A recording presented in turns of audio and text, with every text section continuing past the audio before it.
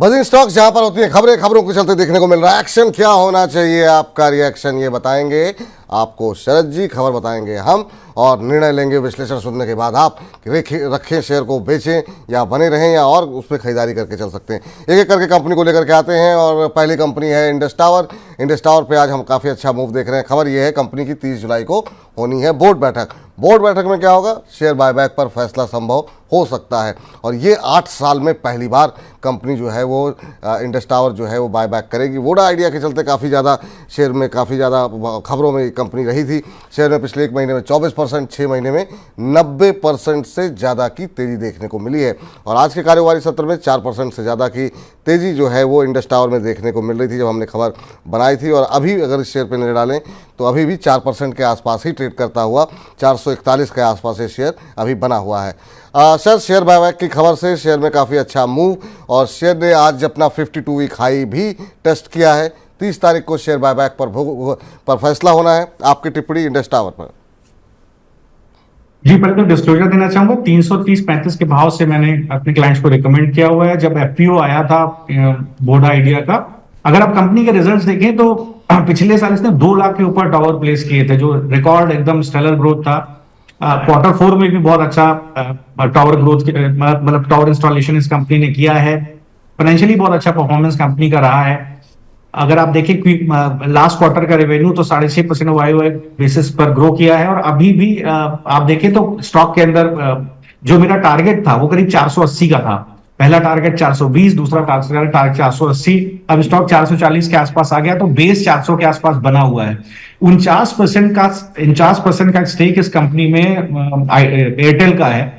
अगर बायबैक होता है कंपनी में और 2-3%, 5% स्टेक एयरटेल के पास आता है तो एयरटेल इसके अंदर मेजर शेयर होल्डर हो जाएगा। उस कंडीशन में ये सब्सिडरी हो जाएगा एयरटेल का और उसके कंसोलिडेटेड रिजल्ट्स के साथ इस कंपनी का रिजल्ट आएगा तो वो इसके अंदर डिस्काउंट होगा स्टॉक प्राइस में। तो और ऊपर के टारगेट में रिवाइज कर रहा हूँ 550 रुपए। तो पोजिशनली होल्ड कीजिए सर। 400 रुपए पर अगर ट्रेडिंग कर रहे हैं 400 रुपए स्टॉप लॉस रखिए। इन्वेस्टमेंट कर रहे हैं तो कोई तो स्टॉप लॉस की जरूरत ही नहीं है सर। इन्वेस्टमेंट के लिए तो आप बने रहे, बाय ऑन डिप्स का व्यू रखिए। 330 का स्टॉप लॉस रखिए जहां से मैंने कवरेज शुरू किया था और 550 का भाव आपको बहुत जल्दी इसके अंदर खुलता हुआ दिखाई देगा। चलिए, तो ये आपके लिए फिलहाल राय निकल करके आती हुई इस कंपनी के ऊपर। अगली कंपनी लेकर के आते हैं और देखते हैं वहाँ पर क्या कुछ खबर निकल करके आई है और उन खबरों के चलते क्या एक्शन देखने को मिल रहा है। अशोक लेलैंड और कमर्शियल व्हीकल की दिग्गज कंपनी। आपको बता दें Q1 मुनाफा जो है कंपनी का घटा है और 8.7% गिर करके ये 526 करोड़ रुपए रहा है। घटा क्यों है? क्योंकि एक बार की जो टैक्स देनदारी की वजह से कंपनी के मुनाफे में ये कमी देखने को मिली है। आय की बात करें तो आय में बढ़ोतरी रही है।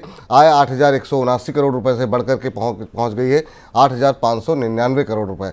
कंपनी के वॉल्यूम में काफ़ी अच्छी बढ़त रही है। एबिटा की बात करें तो ये करीब 11.2% बढ़कर के 912 करोड़ रुपये रहा है। तो एक बार टैक्स के वन टाइम जो टैक्स की देनदारी की वजह से जो गिरावट रही है मुनाफे में उसको छोड़ दिया जाए तो नतीजे काफ़ी अच्छे देखने को मिले हैं और इसी के चलते आज अशोक लेलैंड के शेयर में जो है एक अच्छा मूव यहाँ पर आता हुआ दिखाई दे रहा है।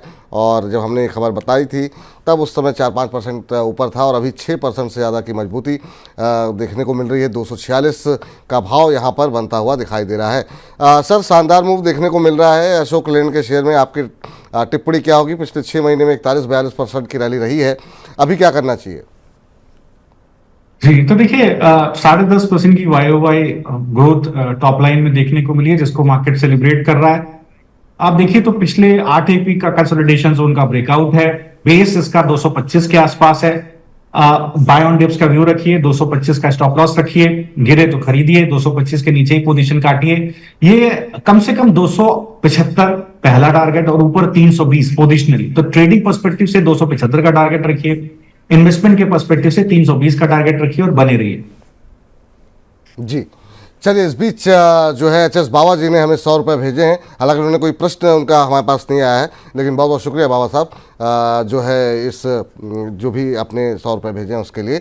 चलिए, अगली कंपनी जो है हम लेकर के आते हैं स्क्रीन पर और देखते हैं कि यहाँ पर क्या कुछ खबरें निकल करके आई हैं। और खबर निकल करके आई है SJVN को लेकर के। पावर क्षेत्र की एक ऐसी कंपनी है जिस पर भी इरिडा NHPC के बाद काफ़ी ज़्यादा सवाल आते हैं। मिजोरम सरकार से कंपनी को एक बड़ा ऑर्डर मिला है और ये ऑर्डर मिला है 2400 मेगावाट के प्रोजेक्ट के लिए और इस ऑर्डर का साइज़ देखिए आप, करीब करीब 14,000 करोड़ रुपए का ऑर्डर मिला है। और ये आपको बता दें तुईपुई नदी के किनारे ये प्रोजेक्ट को डेवलप किया जाएगा और 2400 मेगावाट का ये प्रोडक्ट होगा। अगले 72 महीने के अंदर कंपनी इसको पूरा करेगी, इसको विकसित करेगी इस पूरे प्रोजेक्ट को। और कंपनी के शेयर में शानदार मूव इस नए ऑर्डर के बाद देखने को मिल रहा है। और SJVN के शेयर पे अगर आप नजर डालिए तो अभी भी 7.5% से ज़्यादा ऊपर 151 का लेवल अब देखने को मिल रहा है। और पावर पैक में अच्छी तेज़ी है। आज हम देख रहे हैं टाटा पावर 5% ऊपर है, NHPC जो है 3.25% ऊपर है। सर पावर पे कितनी पावर बाकी है अभी, और काफ़ी थकाने के बाद एक बार फिर से मूव यहाँ पर पावर पैक में आता हुआ दिखाई दे रहा है। SJVN पे अभी क्या करना चाहिए इस खबर को देखते हुए, और ओवरऑल पावर पे आपकी राय क्या होगी? अच्छी कंपनी है, ऑपरेशनली भी कंपनी का परफॉर्मेंस ठीक ठाक रहा है। अगर आप चार्ट पर भी देखें तो बहुत अच्छा ट्रैक्शन बना हुआ है। बिल्कुल इसके अंदर मुझे लगता है बने रहना चाहिए।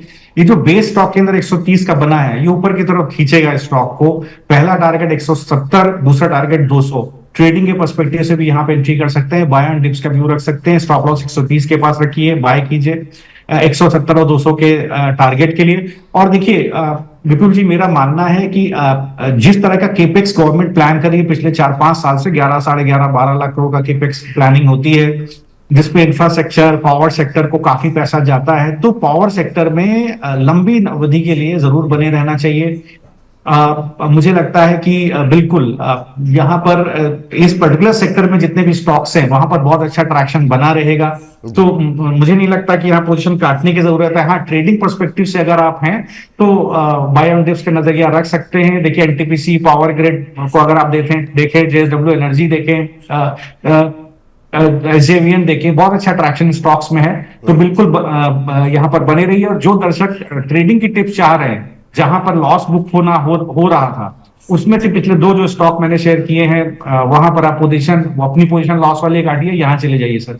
जी, चूंकि अब पावर की बात चली है, थोड़ा सा तो सुजलॉन पे भी नजर डाल लीजिए। क्या एक महीने में 17-18% भाग गया है सर ये, और बीच में 5% के अपर सर्किट भी लग रहे थे। क्या करना चाहिए? अब जो टारगेट थे वो काफ़ी हद तक मीट होते हुए दिखाई दिए, अब 60 के ऊपर पहुंच गया है, यहाँ से और अपसाइड कुछ है क्या? बिल्कुल, ये 40-45 रुपए से तो मैं ही आपको ये स्टॉक लगातार शेयर कर रहा हूँ। देखिए 70 रुपए का टारगेट था मेरा जब मैंने 40-45 पे आपको शेयर किया था, और लंबी अवधि अगर 50 रुपए का EPS है कंपनी, अगर कोई 4-5 साल होल्ड करता है, 250-300 का प्राइस इसका खुलने वाला है। अगर आप देखें तो बेहतरीन ऑर्डर बुक पहले भी थी, Q4 में भी देखें तो 3.5 गीगावाट के आसपास की ऑर्डर बुक थी। इंटरनल कंपोजिशन चेंज किया था कंपनी ने for better functioning, better operational efficiency. बहुत अच्छी ऑपरेशनल रेवेन्यू विजिबिलिटी है। EPC और थर्ड पार्टी अगर आप देखें तो नॉन EPC में ऑर्डर बुक का अच्छा स्प्लिट है। विंड इंस्टॉलेशन में आप देखें तो गवर्नमेंट का फोकस है। 2000 फाइनेंशियल ईयर 24 से सबसे ज्यादा टॉप लाइन, सबसे ज्यादा एग्जीक्यूशन देखने को मिला है। मार्केट शेयर देखिए कंपनी का 27 से 30% के आसपास है। कोई सिग्निफिकेंट कंपटीशन नहीं है। तो सर बने रहिए। अभी भी आप इंटर करना चाहें तो 54 रुपए का स्टॉप लॉस रखिए। 54 रुपए जहां पे गिरे खरीदिए, 54 रुपए के स्टॉप लॉस से बने रहिए। 70 रुपए का पहला टारगेट, 80 रुपए का दूसरा टारगेट आपको ट्रेडिंग पर्सपेक्टिव से ही मिल जाएगा। 4 से 5 साल होल्ड करेंगे तो मल्टी बैगर होगा, 250 से 300 के टारगेट खुलेंगे। जी चलिए, इस बीच 1250 के आसपास से ज़्यादा दर्शक हमारे साथ सिर्फ यूट्यूब के माध्यम से जुड़े हुए हैं। इसके अलावा हमारे फेसबुक और हमारे ऐप पर भी लगातार बड़ी संख्या में दर्शक जुड़ रहे हैं। तो आप सभी दर्शकों का तहे दिल से बहुत बहुत शुक्रिया। अगली कंपनी जरा स्क्रीन पर लेकर के आते हैं। एम्फेसिस नतीजे रहे हैं और नतीजों के बाद IT पर लगातार फोकस रहा है यहाँ पर शरद जी का, और बार बार वो आपको कह रहे थे, और एम्फेसिस के नतीजे आए हैं। कंपनी का मुनाफा 2.1% बढ़कर के 404 करोड़ रुपए रहा।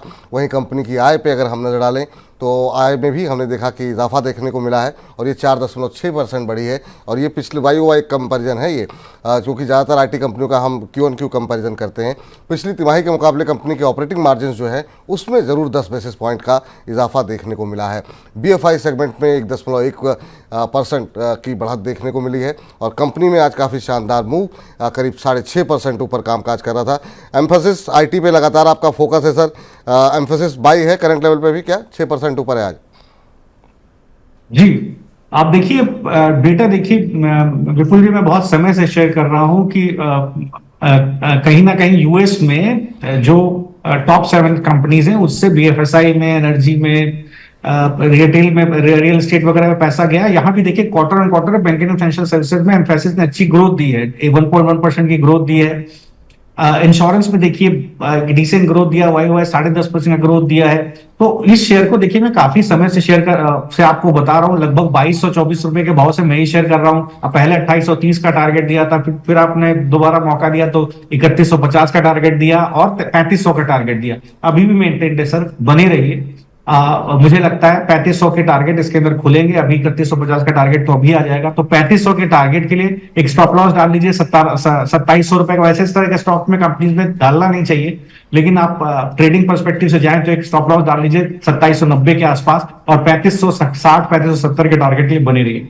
चलिए, ये राय निकल करके आती हुई अरुण कुमार जी कह रहे हैं नमस्कार विपुल जी और शरद जी की लॉन्ग टर्म कॉल्स का मैं बहुत बड़ा फैन हूँ सर। 5 साल के लिए कुछ एक मल्टी बैगर जो है पोटेंशियल स्टॉक बताइए कुछ सर। अभी आप इंतजार कीजिए, चुन चुन के का हमारा सेगमेंट आने वाला है, उसमें शरद जी कुछ शेयर आपको अवश्य बताएंगे, और वो कितनी लंबी अवधि के हैं, क्या लंबी अवधि में रख सकते हैं कि नहीं, वो सब हम उनसे पूछेंगे आपके रिप्रेजेंटेटिव बन करके। तो आप बने रहिए कार्यक्रम में। चलिए अगली कंपनी लेकर के आते हैं डीएलएफ के भी नतीजे आए हैं, और नतीजों के बाद आपको बता दें आय में जो है थोड़ी सी गिरावट जरूर रही है, 1423 से घट करके 1362 करोड़ रुपये। लेकिन जो है कंपनी का मुनाफा वो काफ़ी शानदार रहा है, क्योंकि लग्जरी प्रोजेक्ट जो है वो काफ़ी अच्छी खासी वहाँ बिक्री रही है, 23% का इजाफा, और ये रहा है 645 करोड़ रुपए। तो ये फिलहाल वहीं अगर एबिटा मार्जिन की बात करें तो एबिटा मार्जिन में दबाव देखने को मिला है, 42% घटा है एबिटा, और ये 229 करोड़ रुपए रहा है। वहीं मार्जिन में भी हमने देखा कि 27.80% से घट करके एबिटा मार्जिन 16.8% रहे हैं। तो ये नतीजे रहे हैं सर। डीएलएफ पे आपकी राय क्या होगी? रियल एस्टेट में मजबूती जरूर देखने को मिल रही है।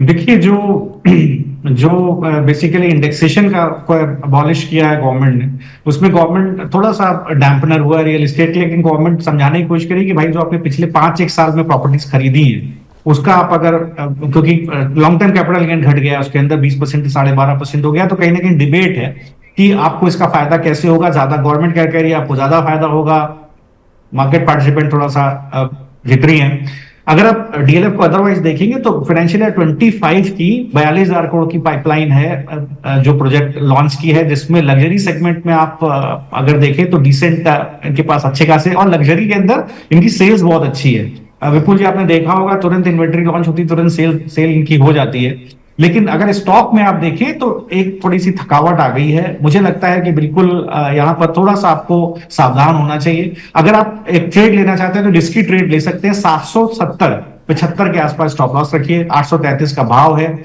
इसमें बड़ा मूव आएगा जब 885 के ऊपर चलना शुरू करेगा। अगर 885 पर सस्टेन करेगा तब आप इसका लंबे मतलब एक थोड़ा सा पोजिशनल व्यू लीजिएगा, 1000 रुपए का, 1100 रुपए का आपको बिल्कुल मिलेगा। तो एक स्टॉप लॉस रखिए 775 के आसपास, और अगर चाहें तो रिस्की ट्रेड एंट्री करिए। चलिए, तो इसी के साथ अब बजिंग स्टॉक्स को यहीं पर समाप्त करते हैं।